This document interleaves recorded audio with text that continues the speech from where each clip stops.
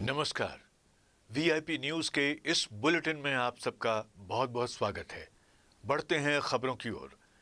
मुख्यमंत्री भूपेश बघेल आज नेताजी सुभाष चंद्र बोस स्टेडियम में आयोजित कार्यक्रम में शामिल हुए।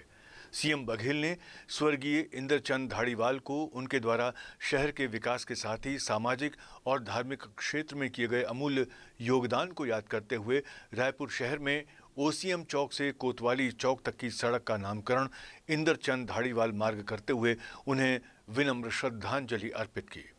कार्यक्रम की अध्यक्षता नगर निगम रायपुर के महापौर एजाज ढेबर ने की।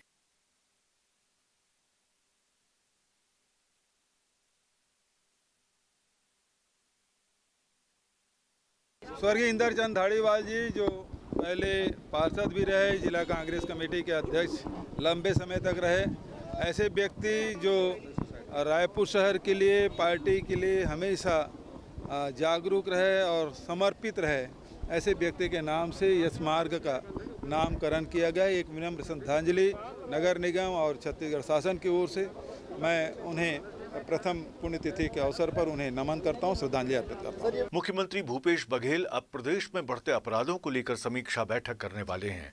ये बैठक आगामी 5 अक्टूबर को सिविल लाइन स्थित सर्किट हाउस में आयोजित की जाएगी, जहां प्रदेश में लगातार बढ़ते अपराधों के कारण और उन पर लगाम लगाने के मुद्दों पर चर्चा की जाएगी। इसके लिए प्रदेश की कानून व्यवस्था से जुड़े सभी आला अधिकारियों को उपस्थित रहने के लिए कहा गया है। इस बैठक की जानकारी गृह मंत्री ताम्रध्वज साहू ने दी। हम लोग प्रदेश में हमारी सरकार बनने के बाद लगातार, आप सबको मालूम है, मैं खुद भी लगभग हर महीने 2 महीने में एसपीस की मीटिंग लेता हूं, समीक्षा करते रहता हूं और उसके बाद माननीय मुख्यमंत्री जी जब समीक्षा लेते हैं तो हम लोग अपनी प्रस्तुतिकरण देते हैं। काफ़ी दिनों बाद ये बैठक हो रहा है कोरोना के कारण।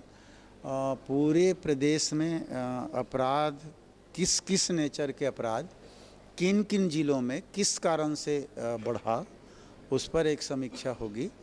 उसके रोकथाम करने के क्या उपाय अब तक हम लोगों ने किया है और उसमें कितना कारगर हुआ, नहीं हुआ तो क्यों नहीं हुआ, इस पर समीक्षा करके उसके लिए जो नई रणनीति तैयार करनी होगी उसको भी हम लोग करेंगे। आईसीएमआर और सीजीएमएससी के बीच स्वास्थ्य मंत्री टीएस सिंहदेव के निवास कार्यालय पर आज एक एमओयू साइन हुआ है। करीब 2 करोड़ की राशि से निर्मित होने वाली यह छत्तीसगढ़ मॉडल ग्रामीण स्वास्थ्य रिसर्च यूनिट बिल्डिंग मुख्यमंत्री भूपेश बघेल के विधानसभा क्षेत्र पाटन के सामुदायिक स्वास्थ्य केंद्र में स्थापित होगी, जिसका निर्माण 11,000 वर्ग फीट के क्षेत्र में किया जाएगा। ग्रामीण क्षेत्रों में विशेष करके सुप्त ऐसी क्षेत्र विशेष की बीमारियां जिनका सामान्य रूप से उपचार नहीं हो पाता, वो चिन्हांकित नहीं हो पाते, उस बात को मद्देनजर भारत के वैज्ञानिक संस्थान आईसीएमआर और छत्तीसगढ़ की सीजीएमएससी के मध्य आज एक एमओयू निष्पादित हुआ है, जिसमें 2 करोड़ रुपए की राशि से माननीय मुख्यमंत्री जी के विधानसभा क्षेत्र के ग्राम झीट में इस अनुसंधान को 11,000 वर्ग फुट भूमि पे गुणवत्तापूर्ण समय सीमा के अंदर निर्माण कर अनुसंधान के लिए उपलब्ध कराने का लक्ष्य है। छत्तीसगढ़ कांग्रेस में एक बार फिर सियासी सरगर्मी बढ़ी है। अचानक 10 से अधिक विधायक कल दिल्ली पहुंच गए हैं। इनमें बृहस्पति सिंह भी शामिल हैं। दिल्ली जाकर विधायकों ने एक प्राइवेट होटल में डेरा डाल दिया है। खबर है कि आज कुछ और विधायक भी दिल्ली जा सकते हैं। ये सभी प्रदेश कांग्रेस प्रभारी पीएल पुनिया से मुलाकात करेंगे। इस दौरे से प्रदेश में कैबिनेट में बदलाव या नेतृत्व परिवर्तन की बातें फिर से शुरू हो गई हैं। इस मामले पर कल शाम पत्रकारों ने स्वास्थ्य मंत्री टीएस सिंहदेव से भी सवाल किया। उनसे पूछा कि विधायक वहां जाकर प्रदेश के सियासी हाल और विकास के कामों की चर्चा का दावा कर रहे हैं। सिंहदेव ने कहा, हम सब जानते हैं कि छत्तीसगढ़ की राजनीति में क्या चर्चाएं हो रही हैं। बदलाव की बात है तो ये हो सकता है या नहीं, ये देखना होगा, मगर ये बात अब खुल गई है। उन्होंने इस विषय में अब अपनी चुप्पी तोड़ी है। क्या कहा सिंहदेव ने, आप भी सुनिए। छिपने छिपाने का नहीं है। देखिए, हम सब जानते हैं कि क्या चर्चाएं छत्तीसगढ़ के राजनीति में हो रही हैं। एक बदलाव की बात की हो सकती है कि नहीं हो सकती, अब ये खुल गई बात। पहले ये बात खुली नहीं थी, लेकिन जब पिछले बार विधायक गए तो ये बात खुल गई कि कोई ना कोई ऐसी पहल चल रही है। तो हो सकता है वो अपनी बात रखने जाना चाहते हैं। तो ये बात है, उस संदर्भ में कोई अपनी बात रखना चाह रहे हो, भले वो कह रहे हैं कि हम विकास के कार्य के लिए आमंत्रित कर रहे हैं। मुझे लगता है कि विकास के कार्य के लिए दिखाने के लिए, राज्य में बुलाने के लिए ये दायित्व मुख्यमंत्री जी का है, और उन्होंने तो आमंत्रण पहले ही दे दिया है। तो मुख्यमंत्री जी के ऊपर कोई जाके आमंत्रण दे राज्य में आने का, अगर कोई जाएगा भी, मैं भी जाके बोलूंगा आइए, तो कहेंगे मैं मुख्यमंत्री जी से पूछूंगा, फिर बताऊंगा आपको। मेरे पास तो कोई नया कोई जानकारी मेरे पास। प्रदेश में शराबबंदी को लेकर संगठनों के प्रमुखों के साथ महत्वपूर्ण बैठक नवा रायपुर के वाणिज्यकर भवन में हुई। इस बैठक में संगठनों ने सरकार को कई महत्वपूर्ण सुझाव भी दिए हैं। संगठनों का कहना है कि शराबबंदी एकाएक लागू न करें, जागरूकता लाकर इसे धीरे धीरे किया जाए। साथ ही तंबाकू पर कड़ाई से रोक लगाने की बात संगठनों ने कही है। बैठक में आबकारी सचिव निरंजन दास, अपर आयुक्त राकेश मंडावी, राय सिंह ठाकुर, तीनों समितियों के नोडल अधिकारी सहित अन्य लोग मौजूद रहे। करीब 3 साल बाद राजधानी रायपुर में विश्वविद्यालयों की समन्वय समिति की बैठक राज्यपाल की अध्यक्षता में हुई। बैठक में नए शिक्षा सत्र के लिए कई अहम फैसले लिए गए हैं। इसके मुताबिक प्रतिभाशाली एवं आर्थिक रूप से कमजोर शोधार्थियों को उच्च शिक्षा विभाग के द्वारा फेलोशिप दी जाएगी। बैठक में राज्यपाल अनुसुईया उइके, उच्च शिक्षा मंत्री उमेश पटेल, स्वास्थ्य मंत्री टीएस सिंहदेव सहित अन्य लोग भी मौजूद रहे। छत्तीसगढ़ के जितने भी जो विश्वविद्यालय है, महाविद्यालय है, इस पर विशेष तौर पर जो भी शिक्षा को और गुणवत्तापूर्ण कैसे और अच्छा बनाया जाए, उस दिशा में काफ़ी कुछ जो प्रस्ताव रहते हैं उस पर अनुमोदन होता है इस समन्वय समिति में। और भी जो सुझाव के आधार पर आगे की जो है उसके ऊपर एक नीति निर्धारण के आधार पर काम किया जाता है। तो जैसे कि पहली बार ऐसा हुआ है कि नेक जो होता है, जो कि एक अच्छी संस्था होती है, तो उससे यूजीसी से ग्रांट मिलती है। और अभी तक इस पर जो है वहाँ की जो व्यवस्था, महाविद्यालय विश्वविद्यालय की किस तरह की वहाँ शिक्षा प्रणाली है, वो व्यवस्था है, प्रशासनिक तमाम सारी चीज़ों को देखकर ही उस गुणवत्ता को ही रैंक यूजीसी के द्वारा तय होता है। और मैं समझती हूँ कि मैंने कहा है मंत्री जी की कि ये अभी 3 साल के बाद हो रही है। अब हम हर 6 महीने में भी कोशिश करें कि जल्दी से जल्दी, अब साल में 1-2 बार मीटिंग होए तो बहुत सारी चीज़ें और गति हमारी शिक्षा के क्षेत्र में आएगी। कांग्रेस में इन दिनों लगातार आंतरिक विरोध देखा जा रहा है। कई राज्यों में मची अंतर्कलह के बाद अब राष्ट्रीय नेतृत्व पर भी सवाल खड़े होने लगे हैं। कांग्रेस के वरिष्ठ नेता कपिल सिब्बल ने बड़ा बयान देते हुए कांग्रेस के नेतृत्व पर सवाल खड़े किए। उनके इस बयान के बाद फिर एक बार कांग्रेस में खलबली मचती नजर आ रही है। सिब्बल के बयान पर मुख्यमंत्री भूपेश ने भी ट्वीट कर राष्ट्रीय नेतृत्व पर भरोसा जताया है। वहीं मंत्री टीएस सिंहदेव ने भी निशाना साधते हुए कहा है कि सिब्बल भी भ्रम फैला रहे हैं। सभी को पता है कि कांग्रेस की लीडर सोनिया हैं और सभी निर्णय वही लेती हैं।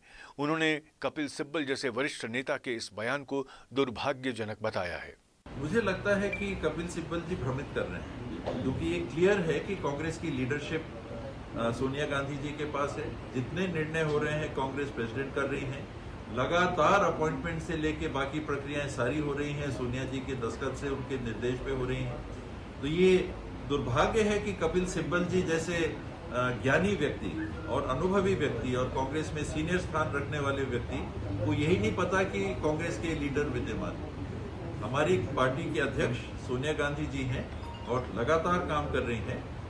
राहुल जी अवश्य किसी बिंदु पे अगर सहयोग है तो उनका सहयोग करते होंगे। पूर्व हमारे पार्टी के अध्यक्ष रहे हैं, कोई बातें उनके पास जाती होंगी तो वो साझा अपने प्रेसिडेंट से करते होंगे, जैसे अन्य वरिष्ठ जन भी करते हैं। कांग्रेस की लीडरशिप के नहीं होना मैं समझता हूं कि बड़ा अपरिपक्व बयान। गरियाबंद जिले की ग्राम पंचायत हरदी में बीते दिन एकता परिषद द्वारा न्याय और शांति का संदेश देने के लिए ग्रामीण क्षेत्रों में पदयात्रा का आयोजन किया गया। इस आयोजन के मुख्य अतिथि के रूप में परिषद के संस्थापक वीपी रामगोपाल उपस्थित रहे।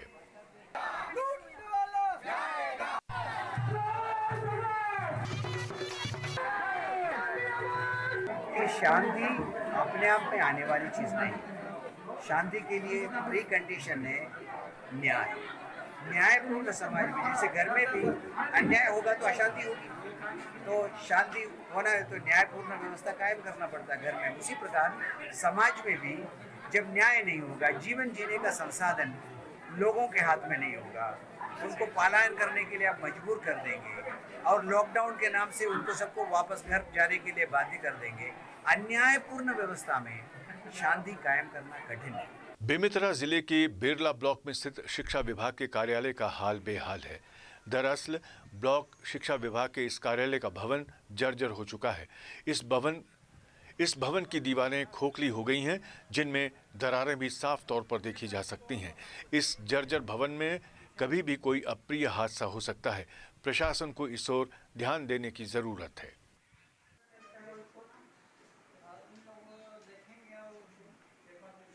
बड़ा दुख की बात है कि जब से विकासखंड शिक्षा अधिकारी का कार्यालय बना है तब से कबाड़ बना हुआ है। बड़ा दुख की बात है कि जिला बेमेतरा में हर प्रकार का कार्यालय ऑफिस चकाचक बना हुआ है। जैसे कि मैं दौरा जाता हूं तो स्कूल को इतना शानदार दिखाई देता है कार्यालय, ऑफिस, प्रधान पाठक, टीचर सबका, लेकिन मेरे अनदेखा करते हुए सरकार, शासन प्रशासन ने यहाँ बीओ ऑफिस का कार्यालय कबाड़ खाना ही बना हुआ है। तो इसको अनदेखा करते हुए कोई ध्यान नहीं देते। इसको शासन प्रशासन अगर ध्यान दिया जाए तो हमको भी अच्छा लगेगा। बेमेतरा जिले की ग्राम पंचायत मऊ के पंचों और ग्रामीणों ने पंचायत के सरपंच पर वित्तीय अनियमितता का आरोप लगाया है। दरअसल गांव के कुछ ग्रामीणों और पंचायत के 11 पंचों ने जिले के कलेक्टर से मिलकर सरपंच द्वारा की जा रही मनमानियों की शिकायत की और वित्तीय अनियमितता के मामले में निष्पक्ष जांच की मांग की।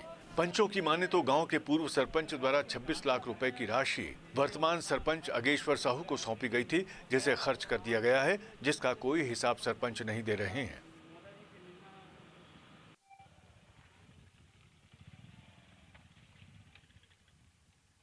ये ग्राम पंचायत मऊ सरपंच सचिव दोनों साल भर से पंचायत बैठक में, पंच बैठक में हिसाब किताब आय व्यय टाल मटोल करते हैं, पूछने पर आय व्यय नहीं देते। हम लोग सूचना के अधिकार लगाए थे, मतलब सचिव और सरपंच के माध्यम से हिसाब किताब नहीं दिया तो पहले जनपद में लगाए थे 24/8/2021 को, और उतने दिन के बाद मतलब वहाँ से कोई कार्रवाई नहीं हुई। पखांजूर ब्लॉक की ग्राम पंचायत ढोरकट्टा में रोजगार गारंटी के तहत हुए भ्रष्टाचार पर सरपंच राजकुमारी गावड़े के खिलाफ कार्रवाई न होने पर नाराज ग्रामीणों ने पखांजूर एसडीएम धनंजय नेताम को ज्ञापन सौंपकर सरपंच पर कार्रवाई की मांग की है।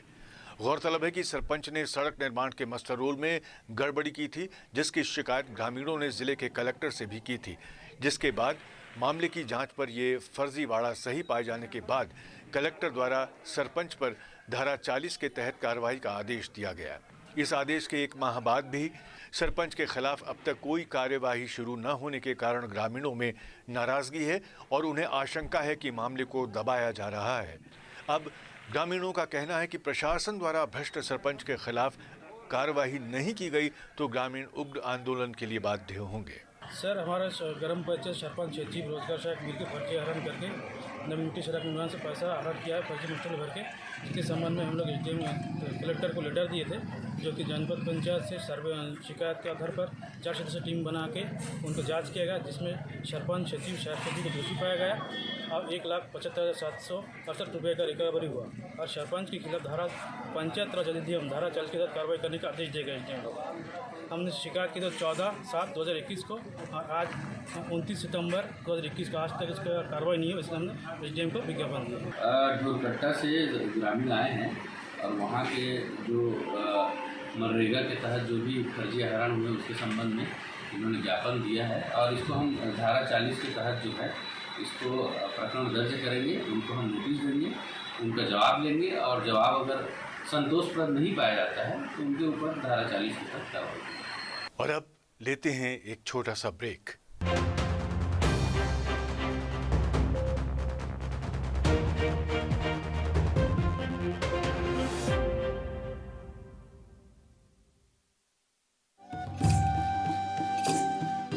बस्तर यानी घने जंगल, बस्तर यानी हरितिमा, बस्तर वनवासी, बस्तर जो कभी था अबूझ अब शासन की सूझबूझ से बढ़ रहा है प्रगति पथ पर।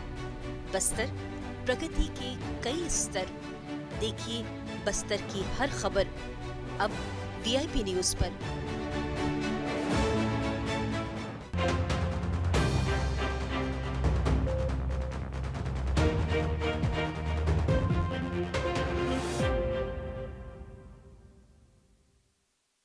ब्रेक के बाद एक बार फिर से आप सबका बहुत बहुत स्वागत है। बढ़ते हैं खबरों की ओर। सारंगढ़ जनपद क्षेत्र में सरकारी स्कूल के छात्रों के हाथों में जिस उम्र में कॉपी पेन होने चाहिए, उन हाथों में मजदूरी का सामान देकर उनसे पढ़ाई की जगह बाकी सभी काम कराए जा रहे हैं। छात्रों को पढ़ाने के लिए अच्छा वेतन पाने वाले अध्यापक अब उनसे मध्याह्न भोजन के लिए आलू चावल जैसी सामग्री राशन दुकान भेजकर मंगवा रहे हैं। मासूम छात्र अध्यापक के डर से ये काम करते भी हैं। मामला सामने आने के बाद सारंगढ़ SDM नंद कुमार चौबे ने BEO को जांच के आदेश देते हुए दोषी पाए जाने पर अध्यापक के खिलाफ उचित कार्रवाई के आदेश दिए हैं।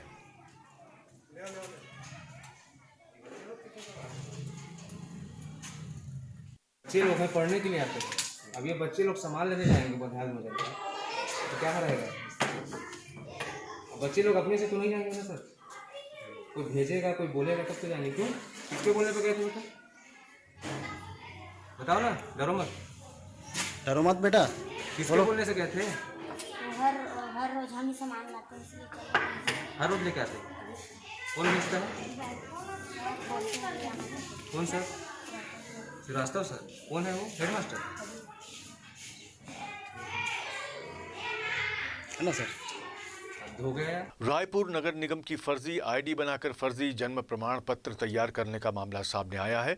इस संबंध में निगम के रजिस्ट्रार ने कोतवाली थाने में शिकायत की थी, जिसके बाद विभिन्न धाराओं में केस दर्ज कर युगल किशोर शर्मा और नयन काबरा को पुलिस ने गिरफ्तार किया।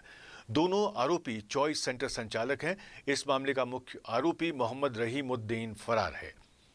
इसी व्यक्ति से युगल और नयन ने सोशल प्लेटफॉर्म टेलीग्राम से संपर्क करने के बाद 10,000 रुपए भुगतान कर नगर निगम की फर्जी ID ली थी।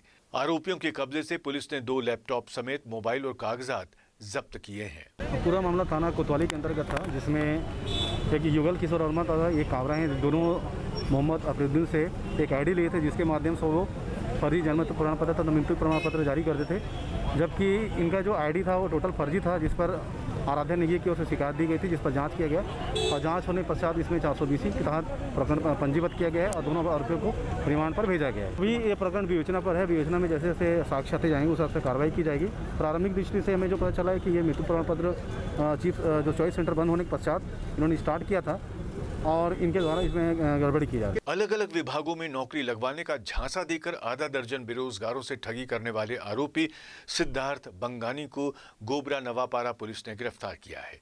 केस दर्ज करने के बाद आरोपी की गिरफ्तारी की गई है। आरोपी ने बड़े अधिकारियों को अपना परिचित बताकर गोबरा नवापारा निवासी तारकेश्वर साहू को मंत्रालय में डेटा एंट्री ऑपरेटर के पद हेतु नौकरी दिलाने के नाम पर 20 लाख रुपए लिए थे। वहीं आरोपी द्वारा प्रार्थी को फर्जी नियुक्ति पत्र भी दिया गया था। राजधानी रायपुर के VIP रोड स्थित आसाराम बापू की लवकुश वाटिका आश्रम के केयरटेकर हरीश सेन को तेलीबांधा पुलिस ने 27 सितंबर की रात देसी कट्टे के साथ गिरफ्तार किया था। अब जांच के दौरान पुलिस को आरोपी हरीश के बारे में बड़ी जानकारी हाथ लगी है।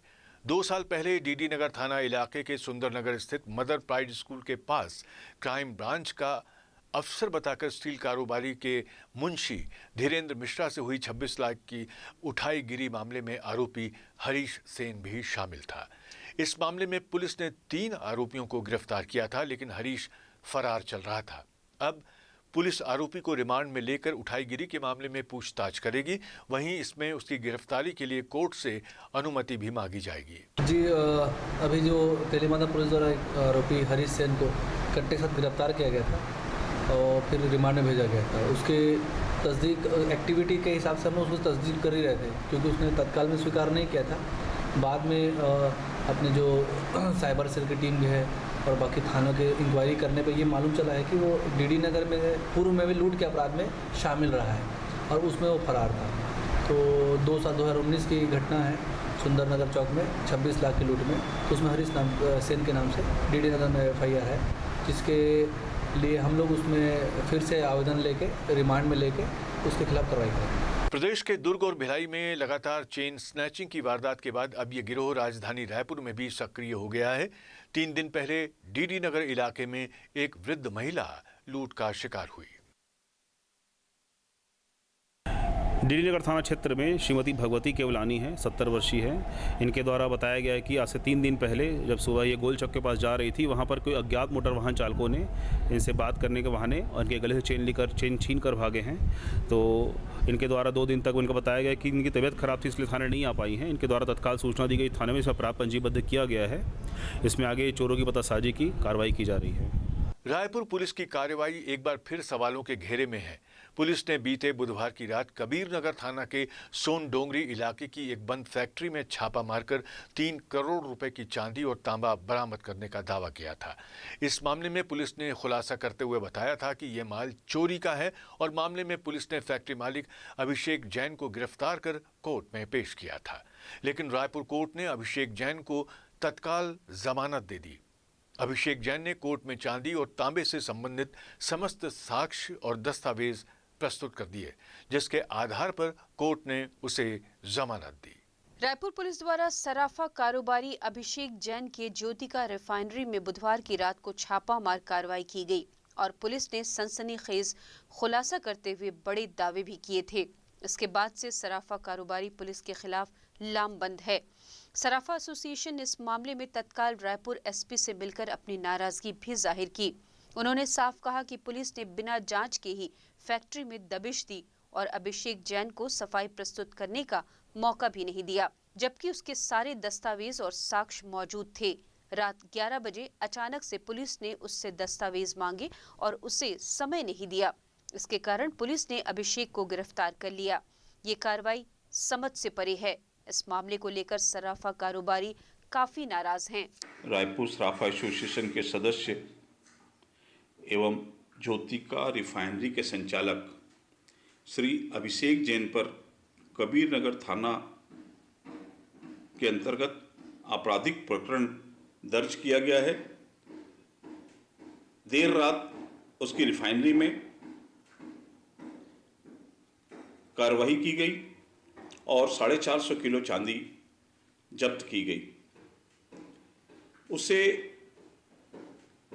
किसी भी प्रकार का कागजात प्रस्तुत करने के लिए अवसर नहीं दिया गया, क्योंकि देर रात कोई भी कागजात व्यापारी कैसे प्रस्तुत करेगा। सवेरे उसने 11 बजे सारे कागजात कोर्ट में पेश कर दिए और उसकी जमानत हो गई। हम विगत दिनों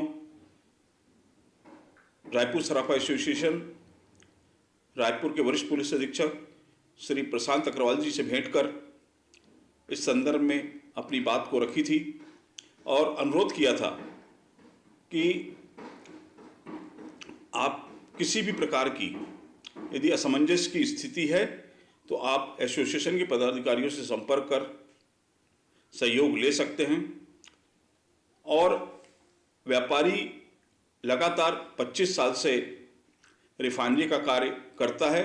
चूंकि वह रिफाइनरी आउटर में है, इसलिए वह गेट पे ताला लगा के है, कभी बंद नहीं रही वो फैक्ट्री और सारे कागजात उसके पास उपलब्ध हैं। वही मामले में आरोपी बनाए गए अभिषेक जैन ने बताया कि उस दिन पुलिस ने अचानक से छापा मार कार्रवाई की थी और उन्हें जैसे ही पुलिस ने फोन कर सूचना दी, वे मौके पर पहुंचे थे। इसके बाद पुलिस अधिकारियों ने बिना सोचे समझे उस पर काफी दबाव बनाया और रात में ही उसे लॉकअप में डाल दिया। दूसरे दिन पुलिस ने बिना कारण के ही उसे आरोपी बनाकर कोर्ट में पेश कर दिया। कोर्ट ने मेरे द्वारा प्रस्तुत किए गए दस्तावेज और साक्ष्य को देखा और तत्काल मुझे जमानत पर रिहाई दे दी। अभिषेक जैन ने कहा कि पुलिस ने ये कार्रवाई क्यों की है, अब भी उसकी समझ से परे है। इस कार्रवाई के कारण वह मानसिक रूप से विचलित है। करीबन रात को 22 तारीख को रात को 11 बजे पुलिस के द्वारा मेरी फैक्ट्री में, जो कि 20 साल पुरानी फैक्ट्री है, 20 साल से वहाँ काम चल रहा है, वहाँ छापा मारा गया था। माल पूरा जब्त किया गया था और ये बोला गया था कि सब चोरी का माल है। तो नेक्स्ट डे जब मजिस्ट्रेट के सामने हम गए, बिल प्रस्तुत किया हर एक चीज़ का, तो उन्होंने मुझे एक दिन में ही बेल दे दिया। और चोरी का तो है नहीं, पूरा सराफा से काम होता है हमारा। 20 साल से बैठे हैं, पहले मेरे पिताजी करते थे, अभी कोरोना काल में एक्सपायर हुए हैं वो, तो उसके बाद से मैं देख रहा हूँ। और मेरे को भी उस वक्त रात को समझ ही नहीं आया अचानक से कि हो क्या रहा है। तो मौके पे मैंने बिल नहीं दिखाया, पर अगले दिन मजिस्ट्रेट को दिखा दिया था बिल। और अब रात को 11:30-12 बजे मेरे लिए भी पॉसिबल नहीं था कि मैं ऑफिस खोल के सब चीज़ मौके पे ही रखूं। दबाव तो वैसा नहीं था, पर चोरी का केस नहीं बनता था ये कहीं से भी। हाँ, हमारा मजदूरी का काम है, हम माल लेते हैं, रिफाइन करते हैं, वापस लोगों को दे देते हैं जिनका माल रहता है। वो हड़बड़ी में थे बहुत। जो भी पुलिस के द्वारा कार्रवाई की गई वो 1-2 घंटे में पूरा हो गया था, और रात को उन्होंने बंदी बना के रखा, जो कि उचित नहीं था। पुलिस की ये कार्रवाई वाकई में सवालों के घेरे में है, क्योंकि पुलिस ने 3 करोड़ रुपए के चांदी और तांबे को चोरी का होना बताया था। इतने बड़े मामले में यदि लोअर कोर्ट तत्काल जमानत देती है तो इसका साफ मतलब है कि पुलिस ने बिना ठोस सबूत के कार्रवाई की थी। कार्रवाई के पीछे आखिर पुलिस की क्या मंशा थी, ये सबसे बड़ा सवाल है। वीआईपी न्यूज के लिए रायपुर से कैमरा पर्सन होरी साहू के साथ हेमंत शर्मा की रिपोर्ट। जांजगीर चांपा जिले में इन दिनों अपराधियों के हौसले बुलंद हैं। जिला मुख्यालय के विजय ज्वेलर्स में चोरों ने चोरी की एक बड़ी घटना को अंजाम दिया है। आरोपियों ने ज्वेलरी शॉप से 10 लाख रुपयों से अधिक के सोने चांदी के जेवरों की चोरी की है। घटना की सूचना मिलने पर एसपी सहित पुलिस के आला अधिकारी मौके पर पहुंचे और सीसीटीवी कैमरे से मिले सबूतों के आधार पर संदेहियों को हिरासत में लेकर पूछताछ कर रहे हैं। सरगुजा जिले में संचालित मुख्यमंत्री पब्लिक स्कूल परसा डीएवी का हाल बेहाल है। स्कूल में टीचर्स और स्टाफ के अलावा मूलभूत सुविधाओं का भी अभाव है और इस दिशा में शासन कई बार की शिकायतों के बावजूद उदासीन नजर आ रहा है। स्कूल परिसर में ना तो कोविड गाइडलाइन का पालन होता है और ना ही स्कूल में पढ़ने वाली छात्राओं के लिए समुचित सुरक्षा व्यवस्था है। सूत्रों से पता चला है कि स्कूल में पढ़ने वाले बच्चों को विगत कई वर्षों से छात्रवृत्ति भी नहीं दी गई है। पूर्व सीएम डॉक्टर रमन सिंह की आंखों का सपना रहा ये स्कूल सरकार बदलने के बाद अब प्रशासन की आंखों से ओझल हो चुका है और सरकार बदल जाने से शायद ये स्कूल प्रशासन को बोझिल भी लग रहा है। टीचर्स नहीं है तो पूरा पढ़ाई नहीं होता ढंग से। अच्छा, कौन कौन से विषय के टीचर नहीं है? सारे सब्जेक्ट के बस 2-3 सब्जेक्ट होता है। यहाँ पर टीचर्स नहीं हैं और एसएसटी और मैथ्स का बस पढ़ाई हो रहा है और टीचर्स नहीं है तो बहुत परेशानी हो रहा है। यहाँ 6 साल हो गया है लेकिन आज तक स्कॉलरशिप नहीं आया है। उस समय क्या बोले थे स्कॉलरशिप मिलेगा? हाँ, हर साल तो हम लोग से पासबुक का फोटोकॉपी और आधार कार्ड का फोटोकॉपी जमा करवाते हैं लेकिन नहीं मिलता है। ये तो पियून थे तो बहुत अच्छा साफ था, लेकिन अभी पियून नहीं है 2-3 महीना से तो बहुत गंदा हो गया है बाथरूम। साफ़ सफाई बहुत बदबू आता है। हमारे टीचर्स यहाँ नहीं हैं और नेक्स्ट मंथ एग्ज़ाम में बहुत प्रॉब्लम हो रहा है और बस 2 ही सब्जेक्ट का पढ़ाई हो रहा है, हिस्ट्री और मैथ्स। और क्या दिक्कतें हैं? और टॉयलेट रूम बहुत गंदा है।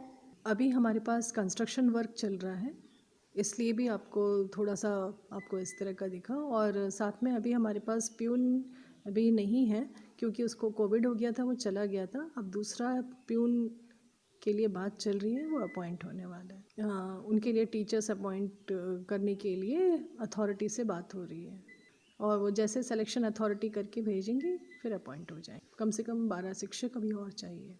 इस न्यूज़ बुलेटिन में इतना ही। देश और दुनिया की बाकी खबरों के लिए देखते रहिए वीआईपी न्यूज़।